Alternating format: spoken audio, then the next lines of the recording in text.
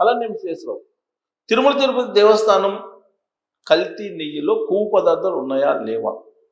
ఉన్నాయి, జంతు కొవ్వు పదార్థాలు ఉన్నాయి అనేది ఎన్డీడీబీ ఇచ్చినటువంటి రిపోర్ట్.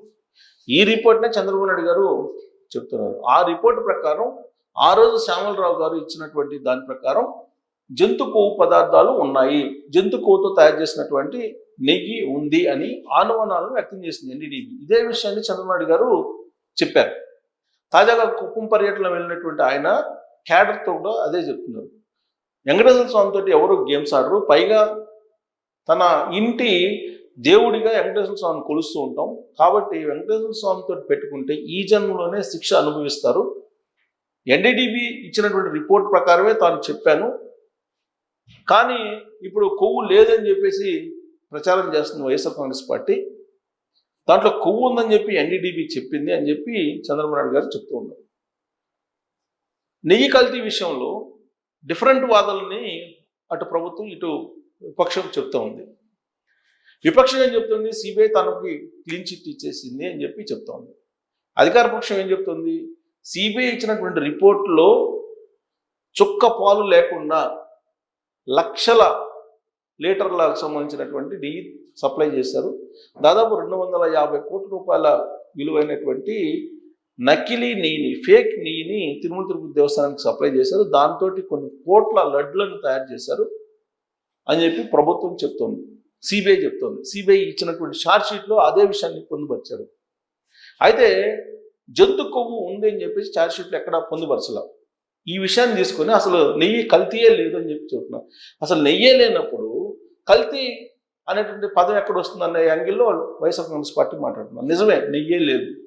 ఒక చుక్క పాలు లేకుండా నెయ్యిని తయారు చేసినటువంటి ఘనత 2019, 2024 మధ్యలో ఉన్నటువంటి ప్రభుత్వానికి దక్కుతుంది అని చెప్పేసి చంద్రబాబు నాయుడు గారు అలాగే తెలుగుదేశం పార్టీ చెప్తోంది. ఆ విషయాన్ని ప్రజాక్షేత్రంలోకి తీసుకెళ్లకుండా, ఆ విషయాన్ని ప్రజాక్షేత్రంలో బలంగా వెళ్తుందనేటువంటి ఉద్దేశంతో YSR Congress party CBI clean chit చేసింది, కొవ్వు లేదు, జంతు కొవ్వు లేదని చెప్పి తేల్చేసింది అని చెప్పి చెప్తున్నారు. జంతు కొవ్వు ఉంది నెయ్యిలో అని చెప్పి ఎన్డీడీబీ ఇచ్చింది రిపోర్ట్. ఆ రిపోర్ట్ నేను చూపిస్తాను. ఎవరు చెప్పింది? ప్రభుత్వం చెప్తున్నట్టు వాదన కరెక్టా, లేదంటే ప్రతిపక్షం చెప్తున్నట్టు వాదన కరెక్టా అనేది మీరే నిర్ధారించుకోవచ్చు. ఎందుకంటే తిరుమల లడ్లను కల్తీ నెయ్యితో తయారు చేశారు.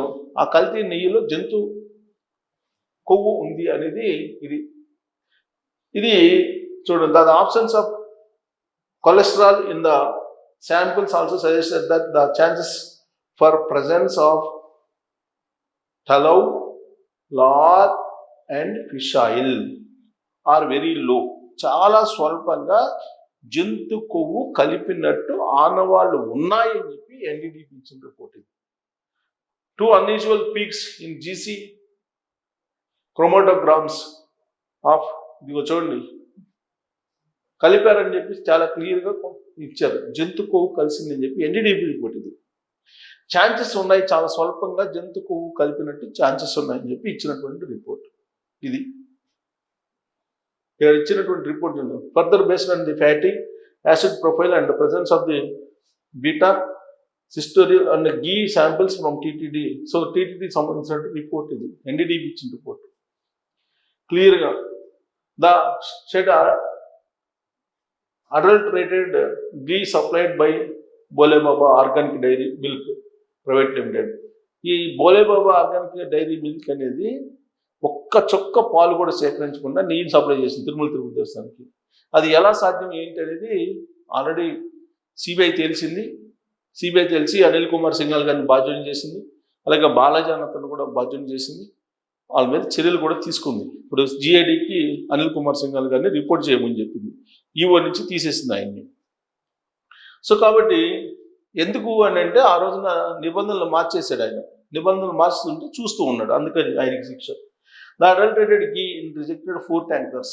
సో ఈ 4 ట్యాంకర్ని రిజెక్ట్ చేశాం అని చెప్పారు. అంటే ఇప్పుడు లాజిక్ ఏంటంటే కల్తీ ఉన్నటువంటి నెయ్యిని రిజెక్ట్ చేశారు కదా, అంటే మిగతాదంతా కూడా కరెక్ట్ నెయ్యే కదా అని చెప్పి అంటారు. కాదు, క్వాలిటీ కంట్రోల్ సంబంధించి బాలాజీ అనేటువంటి అధికారి జిఎంని విచారిస్తే ఆల్రెడీ కల్తీ ఉన్నట్టు నెయ్యిని కల్తీ జరిగినప్పుడు తెలిసి కూడా రిపోర్ట్ చేయలేదు పైకి. ఆ కల్తీ నెయ్యిని సప్లై చేసి దాదాపు 2019 నుంచి 2024 వరకు ఈ కల్తీ నెయ్యితోటి లడ్డూని తయారు చేసి భక్తులకి అందజేశారు. సో దాంట్లో జంతు కొవ్వు ఉంది అని చెప్పేసి చాలా క్లియర్గా ఎన్డీడీపీ రిపోర్ట్ చెప్తుంది. ఇక్కడ చూడండి, ఎన్డీఆర్ఐ కర్నల్ రిపోర్టెడ్ 2025 మే 16 ఇచ్చాడు. ఇక్కడ ఎన్డీఆర్ఐ ఇచ్చింది, ఎన్డీడీపీ కూడా ఇచ్చింది. ఇక్కడ చూడండి, ఎన్డీఆర్ఐ రిపోర్ట్. ఎన్డీఆర్ఐ రిపోర్ట్లో కూడా ఉంది. ఇది ఎన్డీఆర్ఐ రిపోర్ట్. ఎన్డీడీపీ రిపోర్ట్లో కూడా ఉంది. ఇక్కడ చూడండి, జంతు కొవ్వు కలిసినటువంటి చాలా స్వల్పంగా ఉన్నట్టు బయటపడింది అని చెప్పి చాలా క్లియర్గా రిపోర్ట్ చెప్తుంది ఆ రిపోర్ట్. సో దాని గురించి ఇప్పుడు చంద్రబాబు గారు మాట్లాడుతున్నారు. ఏమంటారు, ఆయన శ్రీవారితో పెట్టుకుంటే ఈ జన్మలో అనుభవిస్తారు. కల్తీ నెయ్యిపై ఎన్డీడీబీ నివేదిక వచ్చాకే మాట్లాడా. జంతు కొవ్వులు ఉన్నాయని చెప్పాను. నానా యాగి చేసి సుప్రీంకి వెళ్ళారు. సుప్రీంకోర్టు సిట్ వేస్తే నేను క్షమాపణ చెప్పాలట. తిరుమలలో మహాపాపం చేసి కప్పిపుచ్చుకోవడానికి నాపైన తిరిగి దాడి. వెంకటేశ్వరుడు మా ఇంటి దైవం. నేనెప్పుడు సామాన్య భక్తుడిని. ఏనాడు మహాద్వారం గుండా వెళ్ళలేదు. కుప్పంలో మీడియాతో చంద్రబాబు నాయుడు. సో తిరుమల శ్రీ వెంకటేశ్వర స్వామితో పెట్టుకుని ఈ జన్మలో అనుభవిస్తారని సీఎం చంద్రబాబు అన్నారు. చిత్తూరు జిల్లా కుప్పం నియోజకవర్గంలో 3 రోజుల పర్యటన ముగించుకున్న ఆయన చివరి రోజు ఆదివారం కుప్పంలో మీడియాతో మాట్లాడారు. తిరుమల పవిత్రతను కాపాడి ప్రక్షాళన చేసేందుకు శ్యామలరావును ఈవోకు పంపాం. అప్పుడే ఆయన National Dairy Development Board NDDB నివేదిక అడిగారు. కల్తీ నెయ్యిపై దాని నివేదిక వచ్చాకే మాట్లాడాను. జంతువులు ఉన్నాయని కల్తీ చేశారని అప్పుడే చెప్పాను. నేను మాట్లాడాక నానా యాగి చేశారు. సుప్రీంకోర్టుకు వెళ్ళారు. కల్తీ నెయ్యి ఘటనలో దర్యాప్తు కోసం వైసీపీ నేతలు ప్రవర్తనను ఇదొక ఉదాహరణ. వాళ్ళని ఏమనాలి?